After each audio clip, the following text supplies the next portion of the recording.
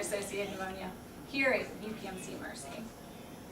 Objectives of this particular presentation is to describe the need for greater education on VAP of the intensive care staff, to outline the steps involved in providing VAP education, to give examples of the educational material provided, and to identify the positive feedback that I did receive from the staff and potential changes that they will make to clinical practice.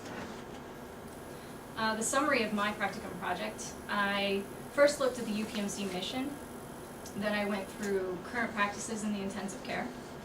I reviewed infection control rates, I did a literature review, and then I taught a seminar. I did a 1-hour seminar for each of the staff that were interested on oral care, products available, current facility protocols, and literature improvement efforts.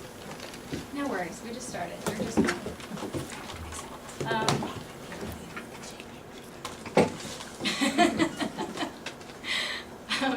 there was also an evaluation that was done, some feedback from you guys, which I'm going to receive today, some staff feedback with pre and post tests, and then we're going to continue to look at our infection control rates. There's also a poster presentation and literature review that the staff will have a copy of, and that will also be presented. So, UPMC's mission. UPMC will lead the transformation of healthcare. The model will be nationally recognized for redefining healthcare by putting our patients at the center of everything we do and creating a model that ensures that every patient gets the right care in the right way at the right time, every time. This final practicum focused in on patient care specifically, and by reviewing the literature, we explored the best practice for the prevention of VAPs, and it can open doors for daily practice improvements or inspiration for further research, which is something that I'm pushing for a little bit and very excited about. So I did a SWOT analysis in the intensive care unit that I currently work in, and I found that we have some great strengths. We purchased some Barton chairs to get our patients out of bed. There's been a big mobility push. There's been a big push on ARDS protocol, and basically just on VAPs in general. However, I noticed that there was one weakness, and that was that we were lacking a cohesive understanding of oral care, when it should be occurring, and what exactly it entailed, the lack of proper use of a mouth moisturizer, etc. So this was my opportunity, and I went forward with that. The threats to that were fairly minimal. I was very supported by our unit directors. I was very supported by Marty in proceeding with this. I would say the biggest threat is just the lack of staff seeing the need for further education. They're overwhelmed with education in the big stuff and the important stuff, and oral care is not exciting. So definitely a threat.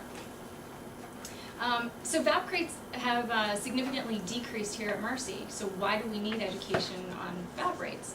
And that's a valid question. If you look at our current rates, they're fantastic compared to 2009, 2010. CVICU has been pretty consistent. The trauma burn has definitely decreased them, and the MICU absolutely has decreased. 2010 from 22 now to 2012, a 4. Our rates are well below the national benchmarks, and I actually showed all of these to the staff and spent time explaining to them what it means to have a rate of 1.38. Something that most of the staff were not aware of or really didn't understand. They knew that we had 4 VAPs, but didn't know how to compare that to another hospital. So I thought that was important to them. However, there's coming changes in Medicare and Medicaid funding, as many of you know. In 2011, and I know there's a lot of writing here, I'll summarize. In 2011, Centers for Medicare and Medicaid required hospitals participating in hospital inpatient quality reporting program to use the National Healthcare Safety Network for reporting central line infections. So we went from central line in 2011, in 2012 we're now having to report CAUTIs, 2013 we're moving to MRSA, and we're moving to C. diff. All of this is affecting our funding, and they're looking at reporting VAPs in the future. Definitely on the radar, definitely going to come down to that and affect our funding and reimbursement. Another thing that I read that was very interesting, and this was actually by a ICU nurse practitioner, is many of the poor outcomes of VAP result from the system failures that are preventable with changes to hospital culture. That really struck home with me, that it has to be a culture change. And I feel like, particularly in the MICU, there was a culture change, a really big culture change. but that continues to need to progress with education. So with a review of the current practices and the future changes that are coming through Medicaid and Medicare, I felt that there was a need for some VAP training, specifically oral care.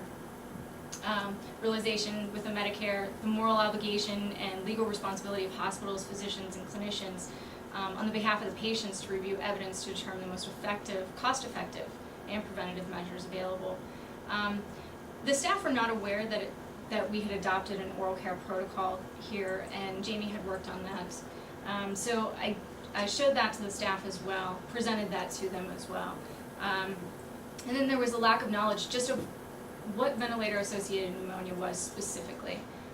What was the definition, how do we determine that, etc. So I started my work based on the Institute for Healthcare Model of Improvement. I looked at an interprofessional team, I looked at setting aims, establishing measures, and improvement methods. For the team, I looked towards Dr. Murray and also Dr. Sanchez. Both had previously done a journal club investigating best methods for VAP prevention. Some technical expertise from Dr. Desfolian. He previously did a lot of research on VAPs and also subglottic secretion drainage, and he's significantly published specifically in the subglottic secretion drainage. Day-to-day leadership, I looked at their unit managers, and then additional folks that I called upon were our respiratory therapists, our infection control nurses, some of our staff nurses just in their practice, and then also our mobility group. Some sponsors, our nursing supervisor at night, Laura, was very supportive and was constantly encouraging me. Colleen Reynolds was definitely influential in this and sending out quick emails and getting me the help I need. And Margie, you've been very kind in allowing me to follow you around. Anytime. So I set some aims, and these are very, very vague in some ways and very specific in others.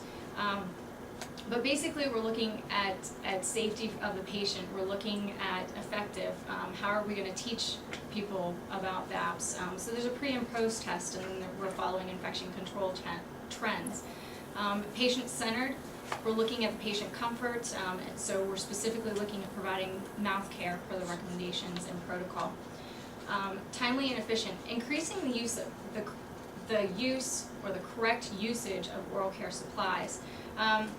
That's something that I noticed was not occurring, and actually Amy was the one that kind of pointed this out to me, that we're not going through enough of our oral care kits, or we're going through them but half of the kit is being thrown away.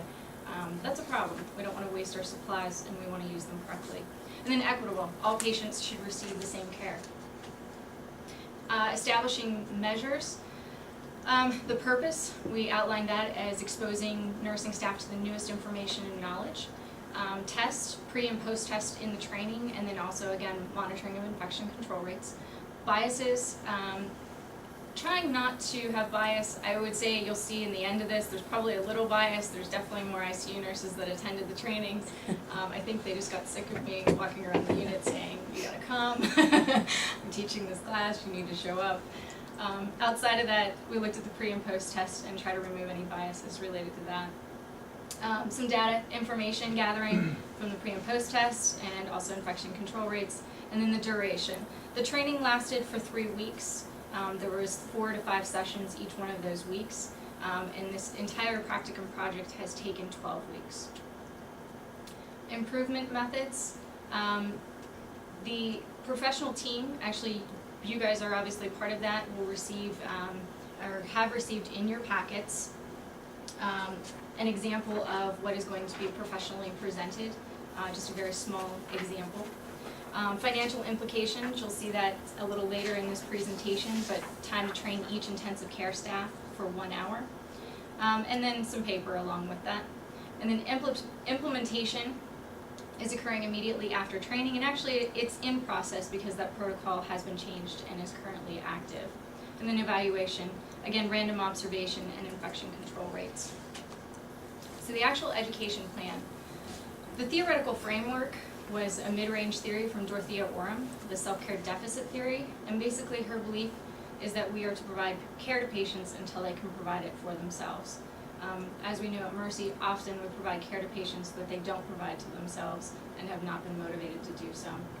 I also did the training based upon transformational leadership theory, and I put a picture there of Margie because Colleen stated to me one day, she is the perfect example of transformational leadership. I thought it was because I look more like Dorothea than you. I was getting a little worried.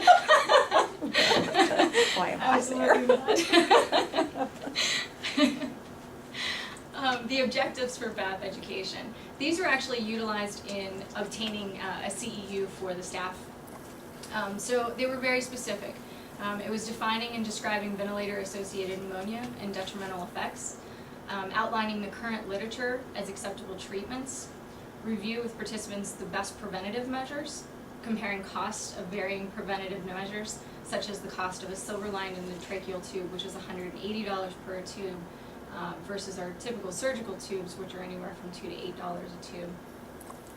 Education on current oral care protocol, demonstrating proper technique for providing oral care, and then providing education based on the current evidence-based literature.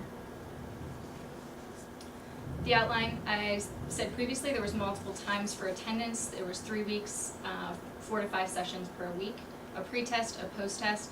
Handouts included current head of bed protocol, the sedation vacation protocol, and oral care protocol. There was hands-on example of current oral care products available, and we actually went through the kit and demonstrated what products should be used when. And then treats, obviously, including toothbrushes and gum containing xylitol. And then 1 CEU for attendance. This is an example of the pretest. You actually have this in the packet. So pretty simple, not complicated. Focused in on biofilm, the number of bacteria, that was a shocker to all of the staff. And then pretty much in the pretest and post-test, there's 2 places for them to realize that oral care needs to be performed every 2 hours. So a little side note there. These are 3 slides or examples of what was in the PowerPoint presentation, literature review, and then an attempt to educate bedside nurses who are consistently collaborating with the healthcare team and providing direct patient care. Wanted the staff to realize that you are collaborating with a team and you need to be knowledgeable about when you need to ask a doc for Paradox, Nystatin, or point out that we have pressure ulcers, etc. Another example of a slide. When someone walks in the door of the hospital, there's a 6-fold chance that they'll develop pneumonia. That increases to 20 with the placement of an ET tube. The average cost is about $40,000 per an episode, and there's a 20 to 60% chance of mortality. Again, just the current products that were utilized. This was part of my PowerPoint to the staff. Handouts of the protocol, they received each of these handouts. And then the post-test afterwards. Evaluation methods, again, pre and post-test data, evaluation of education by the participants. We're going to look at hopefully greater use of the current oral care product kits and the correct use of them, and then infection control rates.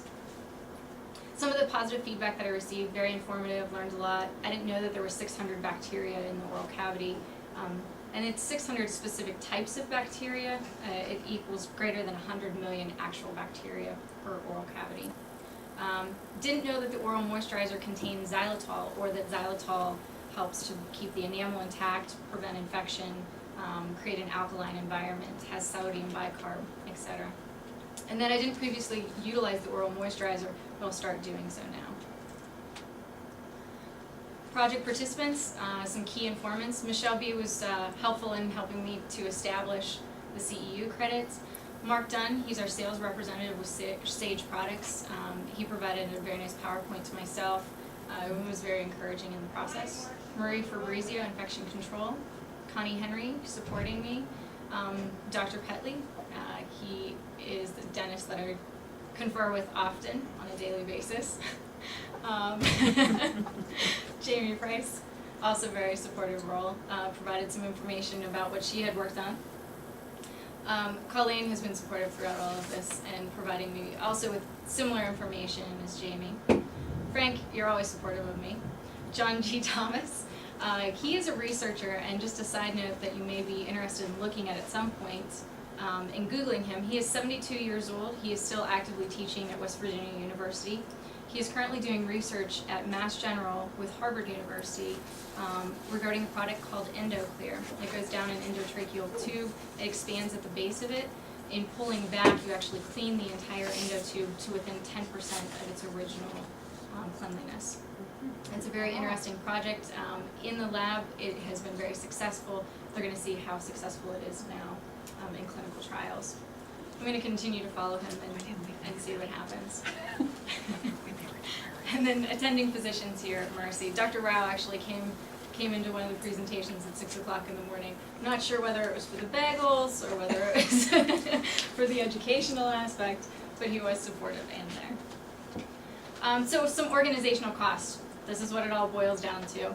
Comfort and cost. Staff member attendance. CVICU there were 7, trauma there was 9, MICU 16. Dr. Rao attended and one of our RIC nurses attended, so there was 34 participants. Every participant documented that they learned something, which was a positive for me. There was something for everyone.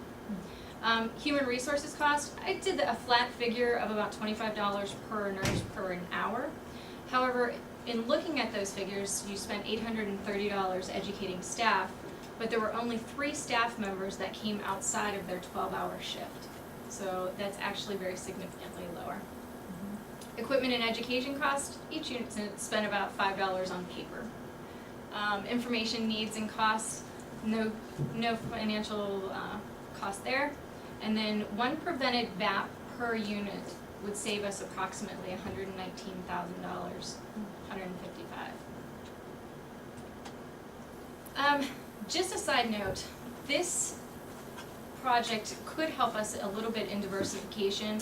Our docs are not real focused on infection control, as our infection control staff have kind of indicated. They are, but they aren't. Struggle with that a little bit. However, physicians do pay close attention to infection control rates if they're interested in research.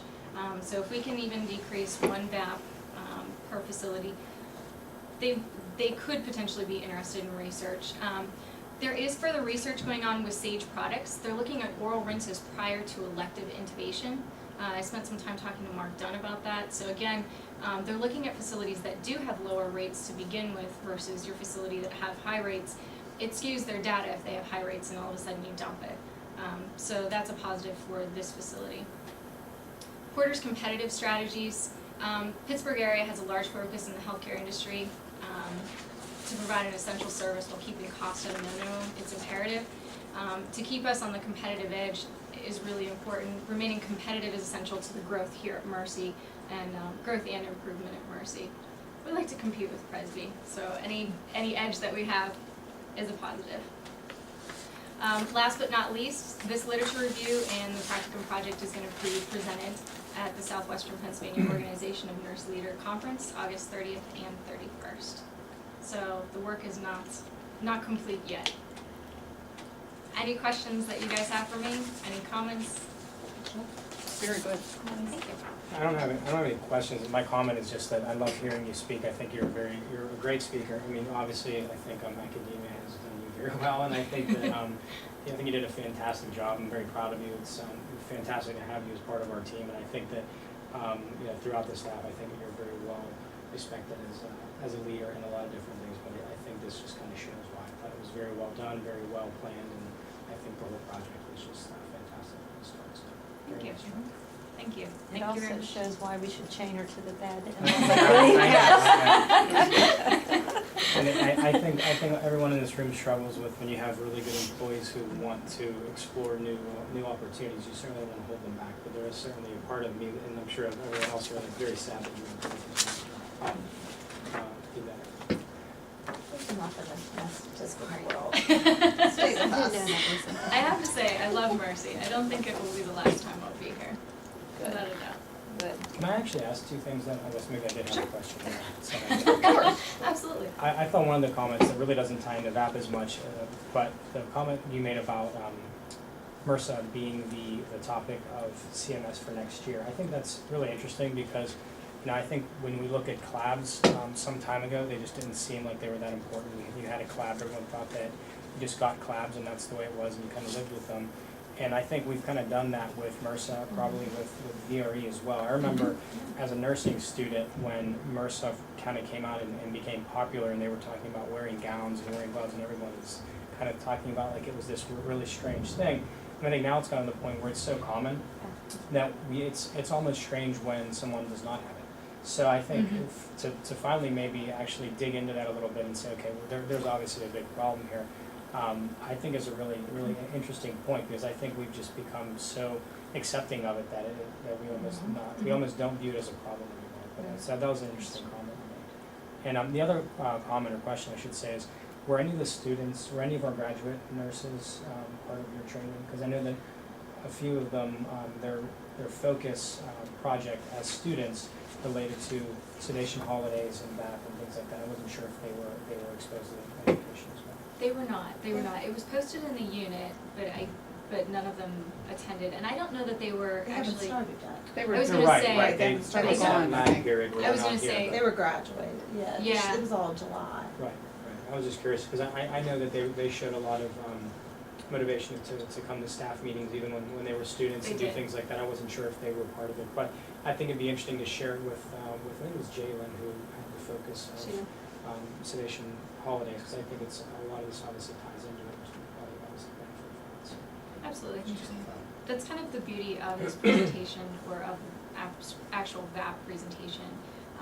If you'll see it in your packet, you actually have the PowerPoints you can flip through, but it's going to be available to staff to just send via email, so any one of them can flip through it, and they can get the basic information. There's a few key points that I don't specifically talk like about Silverline ET tubes in the presentation, but I do go into our oral care packets and that sort of thing. I don't go as heavily into the research part of it. So. I heard only really positive comments about this, and unfortunately I didn't attend. My plan was to, and then I ultimately was away for most of them, but I heard very positive comments and didn't have a chance to look through the information. That was very well done. So Thank you. Thank you very much.